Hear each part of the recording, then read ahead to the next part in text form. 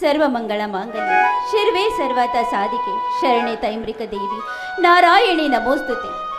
ತಂದೆ ಮಾರುತೇಶ್ವರ, ತಂದೆ ತಾಯಿಯನ್ನು ಕಳೆದುಕೊಂಡು ಅನಾಥಳಾದ ನನ್ನನ್ನು ಸಂರಕ್ಷಣೆ ಮಾಡಿ ಪ್ರೀತಿಯಿಂದ ಸಾಕಿದ ನನ್ನ ಅಣ್ಣಂದಿರು ಯಾವಾಗಲೂ ಯಾವುದೇ ಕಷ್ಟ ಬರದಂತೆ ಸುಖವಾಗಿರಲಿ ಅಂತ ಕಾಪಾಡು ತಾಯಿ, ಕಾಪಾಡು.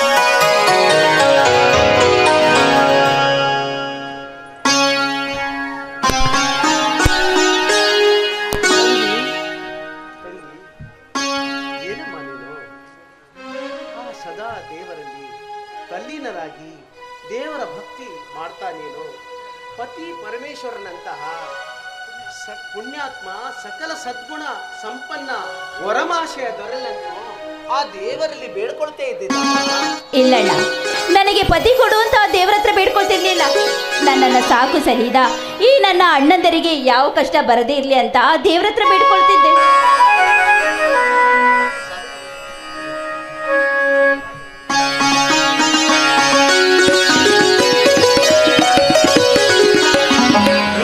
ಈ ಪ್ರಸಾದದ ಪುಣ್ಯ ಬಹು ದೊಡ್ಡದಮ್ಮ.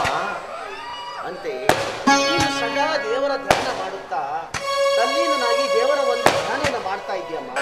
ನಿನಗೆ ಆ ದೇವರು ಸರಿಯಾದ ದಾರಿ ತೋರಿಸಲ್ಲ. ಅಣ್ಣ, ನಾನು ಪೂಜಿಸುವ ಪರಮ ದೃಷ್ಟಿಗಿಂತ ನನ್ನನ್ನು ಅನಾಥಳಾದ ನನ್ನ ಸಾಕಿ ಸಲಿದ ಈ ನನ್ನ ನಿಜವಾದ ದೇವರಣ್ಣ, ನೀನೇ ನನಗೆ ನಿಜವಾದ ದೇವರು.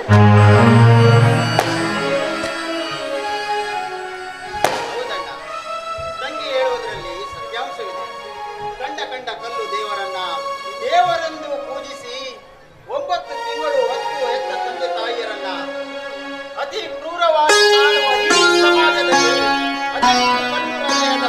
ಕಟುಕ ಮಾನವರಿಲ್ಲ ಈ ಸಮಾಜದಲ್ಲಿ. ಆದರೆ ಈ ನನ್ನ ಅಣ್ಣನಂತಹ ದೇವ ಮಾನವನ ಮಾರ್ಗದಲ್ಲಿ ನಡೆದರೆ ನಮ್ಮ ಬಾಳು ಸಾರ್ಥಕವಾಗುತ್ತದೆ. ಸೀತಾ, ಈ ಮಹಾಮಂದಿರಕ್ಕೆ ಮಾಣಿಕ್ಯ ರತ್ನದ ಪ್ರತಿರೂಪವೇ ನೀನಾದುದರಿಂದ ನೀನು ನನ್ನ ಭಾಗ್ಯಲಕ್ಷ್ಮಿ ಅಮ್ಮ. ಸಾಕಪ್ಪ ಮಹಾಕವಿ, ಬಂದಾಗಿಂದ ನೋಡ್ತಿದ್ದೀನಿ ಬರೀ ಹೊಗಳೋದ್ರಲ್ಲೇ ಕಾಲ ಕಳಿತೀಯೋ ಅಥವಾ ಈ ತಂಗಿ ಪ್ರಸಾದ ತಗೊಳ್ತೀಯೋ?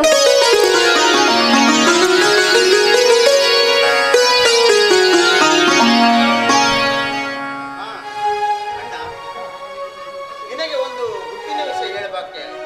ಹೇಳಪ್ಪ, ಅದಕ್ಕೆ ಭಯ ಪಡ್ತಾ ಇದ್ವಿ. ಆದರೆ ತಂಗಿ ಒಂದು ಹಾಡನ್ನು ಹಾಡಿದರೆ ಮಾತ್ರ ಹೇಳೋದಲ್ಲ. ಹೌದಾ? ಹಾಡಮ್ಮ. ಸರಿ, ನನಗಂತ ಗಿಫ್ಟ್ ತಂದಿದ್ಯಾ ತಾನೆ? ಹಂಗಾದ್ರೆ